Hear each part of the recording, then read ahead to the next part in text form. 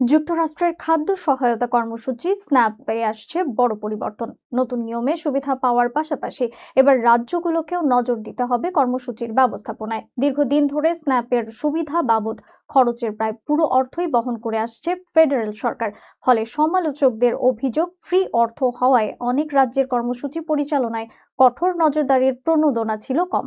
তথ্য বলছে গত বছর প্রায় 20টি রাজ্যে স্ন্যাপের ভুল বা অনিয়মিত পেমেন্টের হার ছিল 10% বেশি। এখন রিপাবলিকানদের পাশ করা ওয়ান বিগ বিউটিফুল বিল এর আওতায় নতুন নিয়ম কার্যকর হলে যেসব রাজ্যে ভুল পেমেন্টের হার 6%-এর বেশি, তাদের স্ন্যাপ সুবিধার খরচের একটি অংশ বহন করতে হবে।